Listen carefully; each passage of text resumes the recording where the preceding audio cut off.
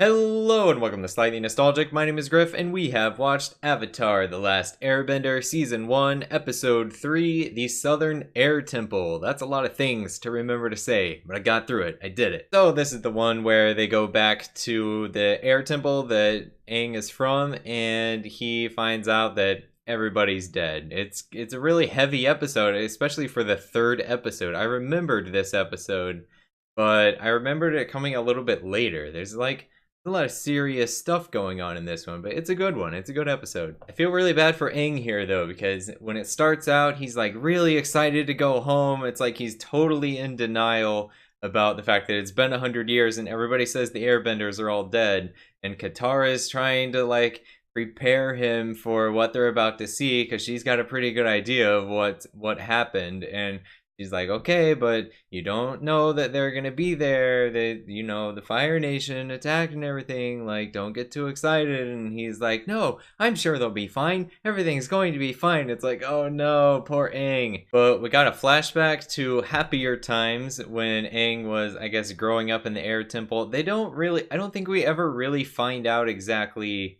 what the air nomad society was like. We only see the monks, which, like, I don't know why people are taken from their families to grow up as monks, or if their families just give them up, or if, I mean, Aang was just there because he's an avatar and he's the only kid there. I don't know. I don't really know what the situation was there.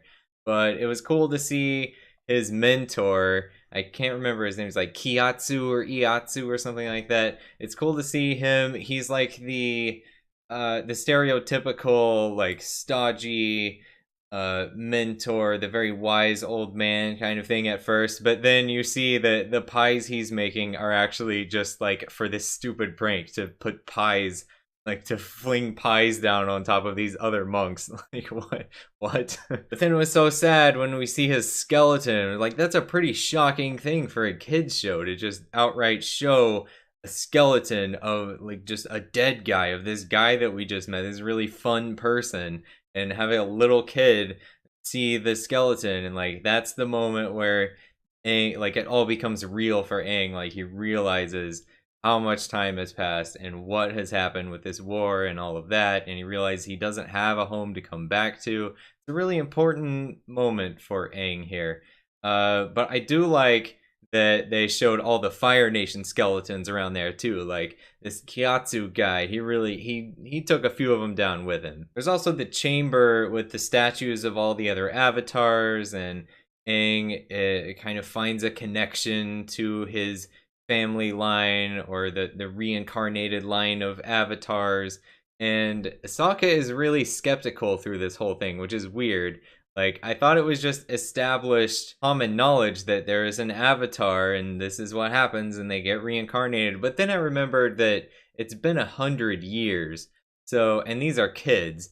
So, like, you know, if I heard about something that lots of people believed 100 years ago in real life, I'd be skeptical of it, right? I'd go verify that it's actually true. Over on the Fire Nation side of things, we've got Commander Zhao being introduced for the first time. And I totally forgot about this character, but he's pretty important because Zuko is already, here in this third episode, being shown as a more and more sympathetic character. We're seeing a little more of his backstory. I don't think we really have anything specific yet on him, but there's lots of hints here and there about him dueling a master in the past, and that's how he got his scar, and he's trying to win back his honor to be accepted by his father again. You know, we're getting lots of hints about what's going on with him, and he's seeming a lot less malicious by the episode here. So we had to have a real villain, right, to step in and be like the actual bad guy. And he also makes Zuko seem more sympathetic just by comparison, just by how he kind of bullies him around and stuff.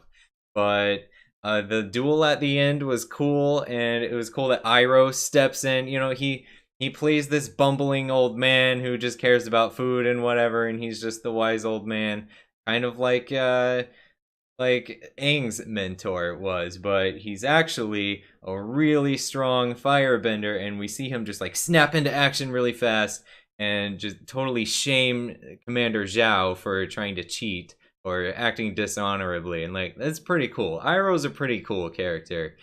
We just haven't seen much of that yet. And last but not least, this is where Momo joins the group. I forgot about him completely too. How could I forget? How did I forget about Momo? But that's all I've got for this episode. Be sure to watch episode 4 if you're following along. That one's The Warriors of Kyoshi. It's a great one. So, thank you so much for watching. I'll see you next time. Okay, bye.